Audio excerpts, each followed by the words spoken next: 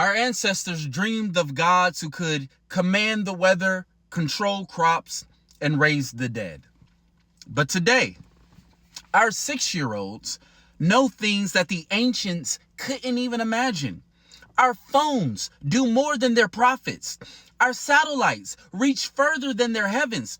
Our questions go deeper than their answers, and yet we're still clinging to their gods?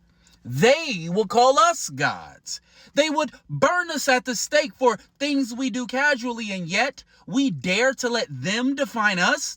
We let men who knew nothing of DNA or mental health, black holes, or gender identity write the eternal truths of the universe? No, that's not progress.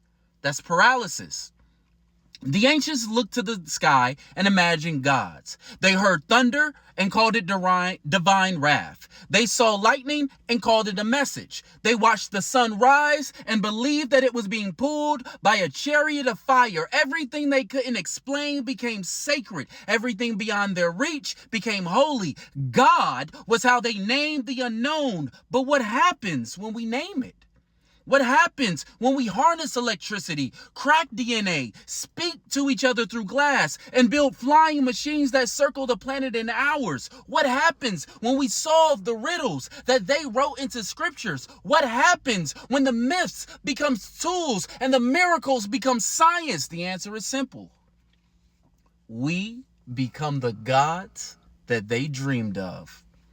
If you dropped a teenager from today into the world of 400 BCE, that child would be a god, able to speak multiple languages, able to explain the stars, shadows, germs, music, able to summon light, able to record time, able to preserve memory, able to speak to someone across the world. That's not exaggeration, that's perspective. Godness, as it turns out, is relative. The past was always dreaming of the present. The ancients were always trying to reach for us, and now that we're here, now that we have become what they imagined, what do we do?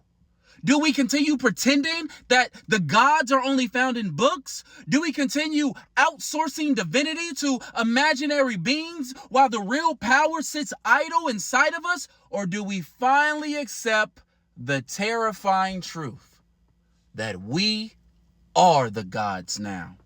And we've always been.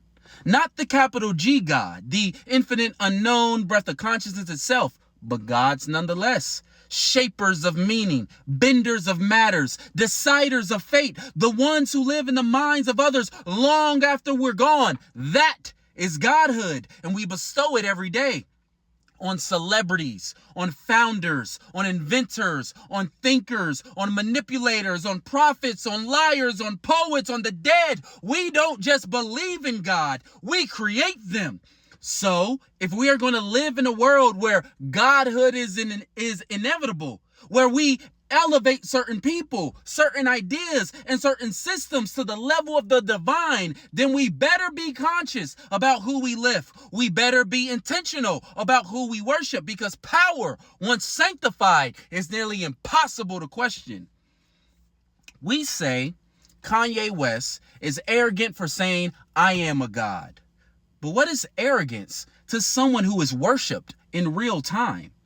What is blasphemy when your name is etched into millions of minds? What is the line between prophet and pop star, and between Messiah and media mogul? Who gets to decide? The truth is, we already bow. We already worship. We already give our gods money, time, attention, and undying loyalty. But most of us do it blindly. We pretend we're too evolved for idols while handing out godhood to influencers, billionaires, and broken men who promise of certainty. If God is no longer in the clouds, then he is here on the ground, in the culture, in the systems we build, in the leaders we follow. And maybe the question isn't, where is God? Maybe the question is, who are we crowning?